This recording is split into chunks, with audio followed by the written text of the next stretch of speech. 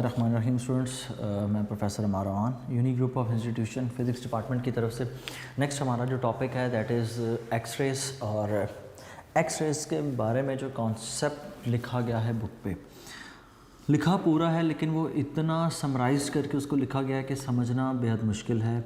Sometimes मैं concept को, आपको पता ही है कि मैं बहुत बेसिक से जाकर स्टार्ट कर देता हूँ। जिस तरह मैंने एक टॉपिक आपको समझाया था इलेक्ट्रोमैग्नेटिक वेव्स का, उसमें मैं तकरीबन बहुत ज़्यादा डिटेल में हम बात ले गए थे। क्यों? क्योंकि बात को समझने के लिए इतनी डिटेल तक जाना बेहद ज़रूरी होता है। समटाइम्स ऐसा हो जाता है। अब एक्स रेज भी इसी तरह का ही एक टॉपिक है कि आपको बेसिक नॉलेज, बेसिक अंडरस्टैंडिंग होनी चाहिए कि इनफैक्ट ऐसा होता क्या है। तो इस टॉपिक को पढ़ाते वक्त ही मैं काफ़ी सारी डिटेल तक मैं टच करूँगा जाके।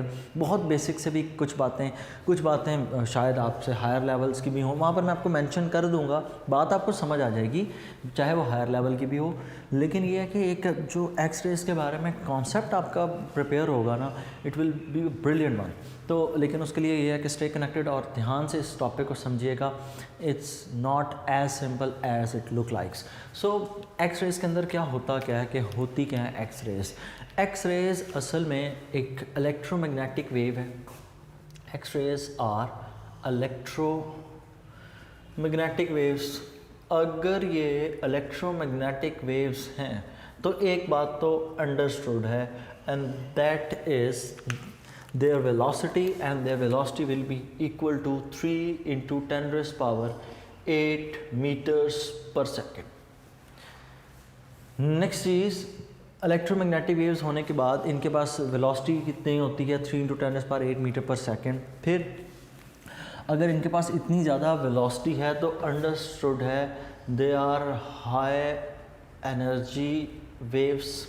ठीक है, इनकी जो वेवलेंथ है लैम्डा, उसकी वैल्यू इक्वल होती है 0.1 एमस्ट्रॉन्ग से लेकर ऑलमोस्ट 100 एमस्ट्रॉन्ग तक।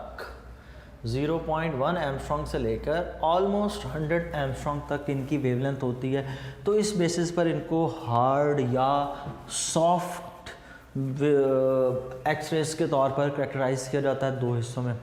फिर इसके अंदर जो इसकी डिस्कवरी थी इन वेव्स की, वो 1895 में हुई। इट वाज विलियम के रॉन्जन जिस साइंटिस्ट ने इसको डिस्कवर किया। नेक्स्ट चीज़ आ गई ट्रांजिशन, और इसके लिए रिक्वायर्ड आपको कौन कौन सी कंडीशंस फुलफ़िल होनी चाहिए। तो अगर आपने एक्स रेज प्रोड्यूस करनी है तो एक ऐसा एलिमेंट आपने चूज़ करना है जिसका एटॉमिक नंबर हाई हो, तो हायर एटॉमिक नंबर हो। और दूसरी चीज़, जो एलिमेंट हमने सेलेक्ट करना है it must have high melting and boiling points. ख़ास तौर पर मेल्टिंग पॉइंट, बॉइलिंग पॉइंट जारी बात है, जब मेल्ट होगा सब्सटेंस तो एक्स रेज तो नहीं। अच्छा, अगर ये हाई मेल्टिंग पॉइंट है तो क्यों लोअर मेल्टिंग पॉइंट या उसने लिखा हायर एटॉमिक नंबर्स की बात हो रही है, तो लोअर एटॉमिक नंबर क्यों नहीं प्रोड्यूस कर सकते एक्स रेज? तो इसके जवाब देखिएगा। सपोज हाइड्रोजन का एटम, ये हाइड्रोजन का न्यूक्लियस, हाइड्रोजन में कितने शेल्स होते हैं? इन्फिनिटी होते हैं, एक नहीं होता। मैंने लास्ट लेक्चर में भी ये बात समझाई थी कि एक हम वर्ड वन इसलिए यूज़ कर देते हैं हाइड्रोजन के लिए कि वो एक इलेक्ट्रॉन चूँकि पहले ही शेल में होता है, तो इस वजह से हम कह देते हैं कि हाइड्रोजन का एक शेल है। लेकिन हाइड्रोजन के पास शेल्स एक से ज़्यादा होते हैं, सारे के सारे शेल्स एग्जिस्ट करते हैं। तो सपोज करें ये हमारे पास है पहला शेल, दूसरा शेल, तीसरा शेल, चौथा शेल, और इसके बाद यहाँ कहीं पर इनफाइनाइट शेल है, और भी हैं बीच में 6, 7, 8 वट एवर। एक आखिरी द शेल ऑफ इन्फिनिटी है, ये इन्फिनिटी शेल है। अब हाइड्रोजन का जो इलेक्ट्रॉन है वो नॉर्मल कंडीशन पे यहाँ एग्जिस्ट करता है। सपोज करें हाइड्रोजन में इलेक्ट्रॉन को आपने एनर्जी दी, वो दूसरे शेल में शिफ्ट हुआ, दूसरे शेल से वो ट्रांजिशन शो करता है पहले शेल के अंदर। जब इलेक्ट्रॉन दूसरे शेल से पहले शेल में जंप करेगा, it will release a photon of energy. Definitely वो रिलीज़ करेगा। हमने पढ़ा था पहले शेल के लिए एनर्जी कितनी होती है, पहले शेल के लिए एनर्जी होती है 13.6, दूसरे शेल के लिए कितनी होती है, इसको 4 पे डिवाइड कर दें, इसको 4 पे डिवाइड करें तो आंसर आता है ऑलमोस्ट 3.4 समथिंग आता है इलेक्ट्रॉन वोल्ट्स में ये यूनिट्स। इसका मतलब ये जो इलेक्ट्रॉन यहाँ पर रिलीज़ हुआ होगा जब हाइड्रोजन के एक इलेक्ट्रॉन ने पहले से दूसरे से पहले शेल में जंप किया होगा, बड़े शेल में से लोअर शेल में, तो यहाँ पर जो फोटोन एमिट हुआ होगा it would have an energy of about, इन दोनों का डिफरेंस ले लें तो it is about 10.2 electron volt. ये एनर्जी डिफरेंस तो बहुत थोड़ा सा, 10.2 इलेक्ट्रॉन वोल्ट्स। 10.2 इलेक्ट्रॉन वोल्ट्स को अगर आप ऑब्जर्व करें तो ये जो एनर्जी है it lies in ultraviolet region. अगर ये एनर्जी अल्ट्रा वायलेट रीजन के अंदर लाया करती है इट मीन्स हाइड्रोजन के एटम से एक्स-रेज नहीं प्रोड्यूस होते हैं। अच्छा चले हम ऐसा करते हैं, हम इलेक्ट्रॉन को दूसरे से पहले शेल में गिरा रहे थे, फ़र्ज़ कर लें इलेक्ट्रॉन तीसरे शेल से पहले में जा रहा है, तब भी फोटोन ऑफ एनर्जी रिलीज़ करेगा। जब electron photon of energy release करता है, हम जब ऑब्ज़र्व करते हैं still it lies in ultraviolet region. Even अगर इलेक्ट्रॉन इनफाइनाइट शेल से यहाँ पर गिरे तो कितनी एनर्जी होगी? पहले शेल की एनर्जी मैंने बताई आपको होती है 13.6, इन्फिनिटी पर है तो यहाँ पर एनर्जी कितनी होगी? 0। जो एनर्जी डिफरेंस बनेगा वो कितना बनेगा? जब इलेक्ट्रॉन इन्फिनिटी से पहले शेल में गिरता है तो एनर्जी डिफरेंस बनता है -13.6 ही बनेगा। और स्टिल ये जो एनर्जी की वैल्यू है still it is in ultraviolet region. Ultraviolet region में एनर्जी का आना इसका मतलब एक्स-रेज प्रोड्यूस नहीं होंगी, क्योंकि हमने पढ़ा था कि सबसे ज़्यादा एनर्जी होती है गामा के पास, फिर गामा रेज के बाद होती है एक्स-रेज की, फिर होता है अल्ट्रा वायलेट रीजन, फिर होता है विजिबल रीजन, फिर होता है इंफ्रारेड रीजन, फिर रेडियो वेव्स और आगे डिटेक्टिव वेव्स होती हैं। तो अल्ट्रा वायलेट में हम इस वक्त मौजूद हैं। अगर हम एक लोअर एनर्जी यूज़ कर रहे हैं, हमने कहाँ मूव करना है? एक्स रेज में मूव करना है। इट मीन्स हमें एक ऐसे एलिमेंट की ज़रूरत होगी जिसमें से एनर्जी ज़्यादा एमिट हो। असल में फ़र्क कहाँ पर आता है? फ़र्क आता है एनर्जी की वैल्यू पर न्यूक्लियस के अंदर मौजूद प्रोटॉन्स की तादाद की वजह से। मतलब एटॉमिक नंबर जितना ज़्यादा होगा अमाउंट ऑफ एनर्जी उतनी ज़्यादा होगी। क्यों? क्योंकि अगर मैं हाइड्रोजन के लिए एनर्जी लिखूं तो हाइड्रोजन में मैक्सिमम जो एनर्जी शिफ्ट हो सकती है that can be -13.6 electron volt. उसकी वजह यह है कि हाइड्रोजन अगर इन्फिनिटी से इलेक्ट्रॉन पहले शेल में भी गिरे ना तब भी वो इतनी एनर्जी का फोटोन रिलीज़ करेगा। और एनर्जी के लिए हमने पढ़ रखा है E = hc/λ = -13.6 इलेक्ट्रॉन वोल्ट। अगर हम यहाँ से वेवलेंथ कैलकुलेट करें भी सही ना तो वो एक्स रेज में आंसर आता ही नहीं है। मतलब अगर मैं इसको उधर शिफ्ट कर दूँ 13.6 को लाकर डिवाइड करूँ, सॉल्व आउट करूँ तो वेवलेंथ का आंसर अभी भी इस रेंज में नहीं आता कि वो एक्स रेज में है। आंसर अल्ट्रा वायलेट रीजन में वेवलेंथ लाया कर रही है। तो जब हम हायर एनर्जी के एलिमेंट्स यूज़ करते हैं, for example if we use tungsten और some sort of other material, मतलब जिसके लिए हमने ये कंडीशन लिखी कि हायर एटॉमिक नंबर हो तो फिर एक्स रेज प्रोड्यूस हो सकती हैं। तो अभी तक आपने जो कॉन्सेप्ट में सीखा हाइड्रोजन के, वो ये सीखा कि हाइड्रोजन के एटम के केस में हम जो मर्ज़ी कंडीशन सेट कर दें, हाइड्रोजन किसी सूरत हमें एक्स-रेज प्रोड्यूस नहीं करके देता। हाइड्रोजन एक्स-रेज नहीं प्रोड्यूस कर रहा, उसकी वजह उसके पास इतनी अमाउंट ऑफ एनर्जी है ही नहीं। वो एक शेल से दूसरे शेल में इलेक्ट्रॉन जंप कर भी दे तो वो इतनी एनर्जी रिलीज़ ही नहीं करता कि वो एक्स-रेज को प्रोड्यूस कर सके। मैक्सिमम उसकी जो रेंज है वो अल्ट्रा वायलेट है। अब हम क्या करते हैं, जब हम एनर्जी इस एक्स-रेज को प्रोड्यूस करवाना होता है तो हायर एलिमेंट्स का इंतखाब करते हैं कि ऐसे एलिमेंट्स जिनका एटॉमिक नंबर ज़्यादा हो। तो क्वेश्चन ये पूछा जाता है शॉर्ट क्वेश्चन में, why lower atomic number elements are not used to produce X rays. तो उसका आंसर में आपने यही लिखना है कि उनकी एनर्जी अल्ट्रा वायलेट तक महदूद रहती है। जब आप हायर एनर्जी के एलिमेंट्स को यूज़ करते हैं तो उनके लिए एनर्जी के लिए कुछ फार्मूला यूँ लिखा जाता है, E = -13.6 Z²/n² इलेक्ट्रॉन वोल्ट।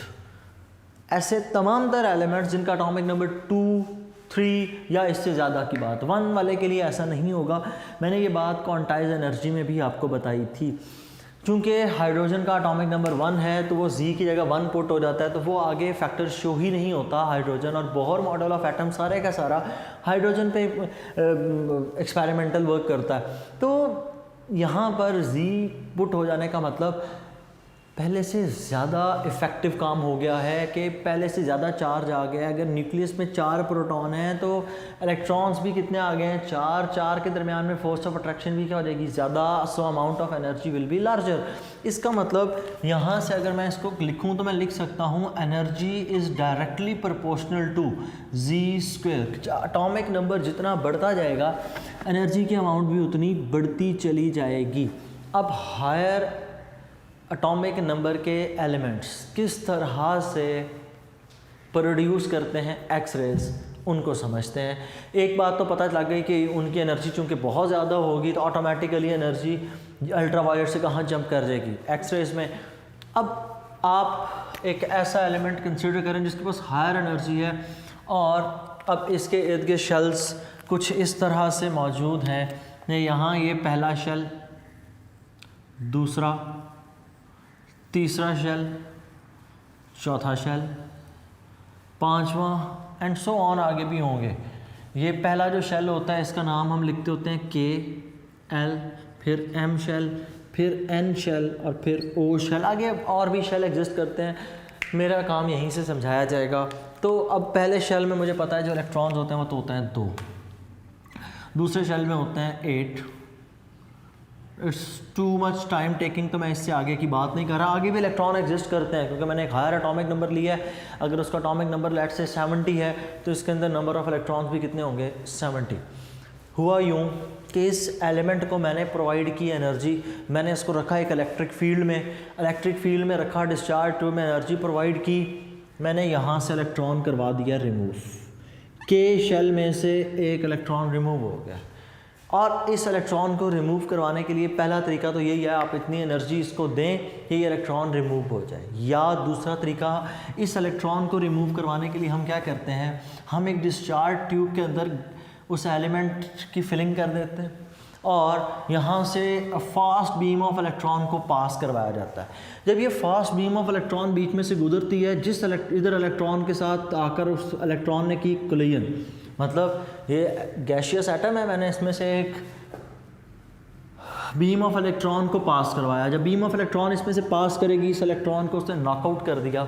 जब ये इलेक्ट्रॉन यहाँ से बाहर निकलेगा तो यहाँ पर अपनी जगह पर एक वैकेंसी छोड़ जाएगा। अब यहाँ पर वैकेंसी खाली है।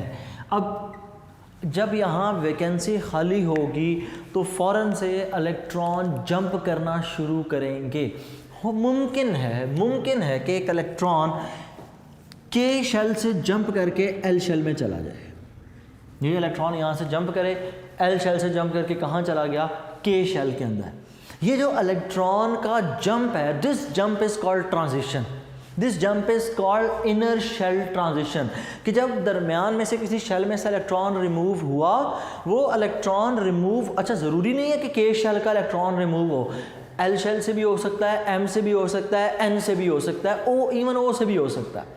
आपने जब इलेक्ट्रिक फील्ड लगाया था, इलेक्ट्रॉन्स बीच में से गुजरे थे, तो वो इलेक्ट्रॉन जब आकर इसको हिट किया, मतलब बाहर से एक इलेक्ट्रॉन आता हुआ इसको जब हिट करता है, तो ज़रूरी नहीं है कि वो के शेल के इलेक्ट्रॉन को नॉकआउट करे। It can knockout the electron of L shell, M shell and so on. अगर के में से इलेक्ट्रॉन निकला तो उसकी जगह लेने के लिए इलेक्ट्रॉन एल शेल से भी इधर गिर सकता है, एम शेल का इलेक्ट्रॉन भी आ सकता है, एन शेल का इलेक्ट्रॉन भी आ सकता है एंड सो ऑन। अब अगर इलेक्ट्रॉन यहाँ से इधर जंप करेगा, this jump is called transition. और चूंकि ये इनर शेल्स के अंदर चल रहा है, it is called inner shell transition. अब जब यहाँ से इलेक्ट्रॉन इधर जंप करता है तो क्या होगा ये कि यहाँ से एनर्जी रिलीज़ होगी और इस केस में इलेक्ट्रॉन दूसरे से पहले शेल में जा रहा है, तो there will be a release of photon. इस फोटोन का नाम क्या होगा, this photon is called K alpha. As I am lacking in space तो मैं इसको थोड़ा सा रेज कर रहा हूँ। उस साइड पे शेल्स एज इट इज़ बने हुए हैं ताकि आपको परेशानी ना हो। सो जहाँ से इलेक्ट्रॉन जंप करके उधर जाता है तो इलेक्ट्रॉन असल में एनर्जी लेवल L से जंप करता है एनर्जी लेवल K के अंदर, और इस दौरान जो फोटोन ऑफ एनर्जी का फोटोन रिलीज होता है that photon is called K alpha. इस फोटोन को हम नाम क्या देते हैं? It is called K alpha. मुमकिन था कि ये इलेक्ट्रॉन M से K में जंप करता, मतलब पहले शेल में से जो इलेक्ट्रॉन नॉकआउट हुआ उसकी जगह लेने के लिए M का इलेक्ट्रॉन आके गिरता है, तब भी फोटोन ऑफ एनर्जी रिलीज होगा। अब की बार जो इलेक्ट्रॉन गिर रहा, अच्छा फिर सुन लें, ये ज़रूरी नहीं है कि अगर K में से इलेक्ट्रॉन निकला तो उसको L शेल का इलेक्ट्रॉन नहीं फिल करना। नो, इट्स पॉसिबल कि M का इलेक्ट्रॉन आके डायरेक्ट उसको फिल कर दे। ये भी पॉसिबल है कि N का इलेक्ट्रॉन यहाँ से निकले और यहाँ पर आके इसको फिल कर दे। अगर M का इलेक्ट्रॉन K में जा रहा है फिर एनर्जी ट्रांजिशन किसके इक्वल होगी? It will be equal to EM minus E of K। इस दौरान जो फोटोन रिलीज हुआ है इसकी एनर्जी को हम नाम देते हैं it's energy, it's series is K series, और ये K सीरीज का कौन सा मेंबर है? बीटा। मतलब तीसरे से पहले शेल में बीटा, दूसरे से पहले शेल में है तो अल्फा। अगर N शेल का इलेक्ट्रॉन जंप करके इधर आ जाए तब जो एनर्जी रिलीज होगी, तब जो फोटोन रिलीज होता है, this photon is called gamma, K gamma. ये K सीरीज है पूरी की पूरी कि इलेक्ट्रॉन N शेल से कहाँ जा रहा है? In K shell. इस दौरान जो एनर्जी रिलीज हो रही है that is called K gamma. और ये जो पूरी की पूरी सीरीज है, this whole series is called K series. और ये जो इलेक्ट्रॉन बाद में स्विच कर रहा है that is called inner shell transition. तो ये जो मैंने आपको समझाई ये तीनों फोटोन कौन से हैं? This is called K series. ये सारा का सारा है K सीरीज का। अब दूसरी सीरीज आ जाती है L सीरीज। मुमकिन है कि आपने जब वो बीम ऑफ इलेक्ट्रॉन पास की तो यहाँ से इलेक्ट्रॉन रिमूव हुआ। कौन सा शेल है? This shell is L shell. L shell में से इलेक्ट्रॉन रिमूव हुआ। अब L शेल में इलेक्ट्रॉन मुमकिन है कि M N O हो सकता है कि M शेल का इलेक्ट्रॉन इसकी जगह लेने आए। अगर M शेल का इलेक्ट्रॉन L शेल में आ रहा हो तो ट्रांजिशन कौन सी होगी? Transition will be energy of the M shell minus energy of the L shell.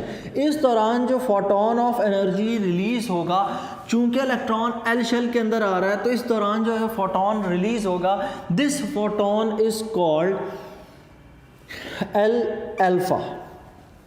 Is called L alpha. अगर इलेक्ट्रॉन N शेल से यहाँ पर जंप कर रहा हो तब जो फोटोन एमिट होगा इसकी एनर्जी को आप लिखेंगे EN माइनस EL। तो फोटोन ऑफ एनर्जी जो रिलीज हो रहा होगा that is called L beta. इसी तरह जब इलेक्ट्रॉन O शेल में से यहाँ पर गिर रहा होगा तब जो फोटोन ऑफ एनर्जी रिलीज होगा ON माइनस EL। यहाँ पर जो फोटोन ऑफ एनर्जी रिलीज होता है that is called L gamma. तो यहाँ पर दो तरह की मैंने आपको सीरीज़ पढ़ा दी है, K सीरीज़ है और दूसरी है L सीरीज़। अब आ गया एनर्जी कंपैरिजन। पहले तो ये अल्फ़ा बीटा और गैमा का आपस में कंपैरिजन याद रखिएगा हमेशा। एनर्जी के मामले में K गैमा सबसे ज़्यादा, K बीटा दूसरे नंबर पे, K गैमा तीसरे नंबर पे। जबकि यहाँ पर एनर्जी के मामले में L अल्फ़ा तीसरे नंबर पे, L गैमा सबसे बड़ा, L बीटा दूसरे नंबर पे, L गैमा तीसरे नंबर पे, मतलब सॉरी L अल्फ़ा तीसरे नंबर पे, गैमा हमेशा सबसे बड़ा, बीटा उससे कम। ये तो है L सीरीज़ का आपस का कंपैरिजन। ये K सीरीज़ का आपस में कंपैरिजन है। अगर इन दोनों सीरीज़ का आपस में हम कंपैरिजन करें, मतलब K सीरीज़ और L सीरीज़ का आपस में कंपैरिजन करें तो याद रखिएगा K series is dominant than L series.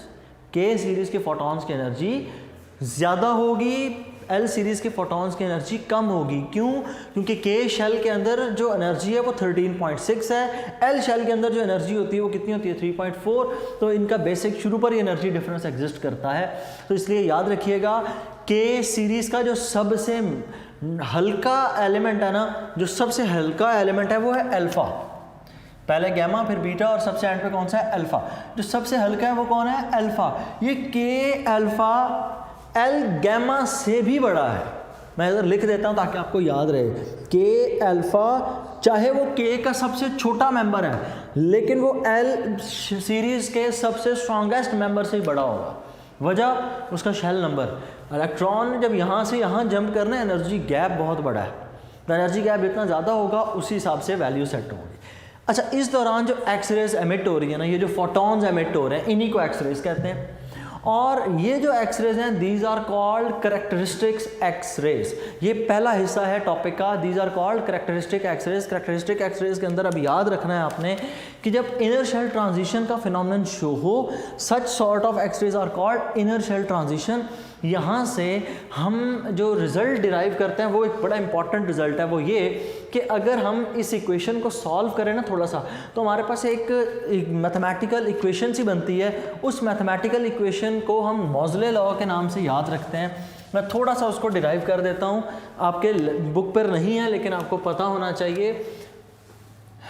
E is equal to minus 13.6 Z square over N square into electron volt. अगर मैं इसको थोड़ा सा आगे डील करूं तो यूं हो सकता है E is equal, sorry E की जगह मैं पुट कर रहा हूं E is equal to H F. Planck's quantum theory से मैंने एच एफ पुट किया, is equals to minus 13.6 Z square over N square into electron volt, जो यूनिट है। अगर मैं इस h को भी ले जाकर डिवाइड कर दूं तो it will be f is equal to minus 13.6 over h into N square into Z square is equals to electron volt. मैंने सिर्फ इस h को ले जाकर डिवाइड किया। फ्रीक्वेंसी इज इक्वल टू, ये सारा बाकी कांस्टेंट जी स्क्वेयर रह जाएगा, constant into Z square. It means frequency is directly proportional to z square. From here I can say square root of the frequency is equal to z. So ये जो frequency है, square root of the frequency is directly proportional to the atomic number. इसका मतलब जो characteristic X-rays हैं, जो X-rays, sorry characteristic का word मैं यूज़ नहीं करता, अगर जो भी X-rays emit हो रही हैं, उन X-rays की जो frequency है, it is directly proportional to the square of the atomic number. The frequency is directly proportional to square of the atomic number. कि जितना आप अटोमिक नंबर बढ़ाते जाएंगे, फ्रीक्वेंसी उतनी ज़्यादा, एनर्जी उतनी ज़्यादा होती चली जाएगी।